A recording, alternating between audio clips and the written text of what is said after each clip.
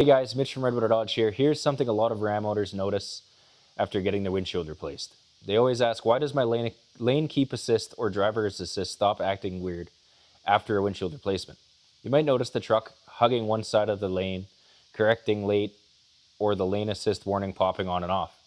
The reason usually comes down to the front camera needing calibration. On most Rams, the front driver's assist camera sits right behind the windshield near the rearview mirror. That camera reads the lane markings and helps control systems like lane keep assist, adaptive cruise, and forward collision warnings. When the windshield is replaced, that camera can shift even slightly, and even a small change in angle can throw off how the system reads the road. That's why after many windshield replacements, the system is supposed to go through a camera calibration process. This usually requires a special calibration setup or a drive procedure so the camera can relearn its position relative to the road.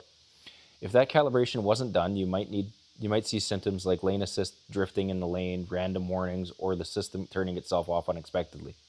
Another thing that can affect calibration is change to the truck's ride height. If the truck has a lift kit or a leveling kit, it slightly changes the angle the camera sees the road, which can sometimes require calibration as well. So if your driver's assist system started acting strange right after a windshield replacement, the first thing to check is whether the camera calibration was completed. If you have any questions, give us a call at 780-942-3629.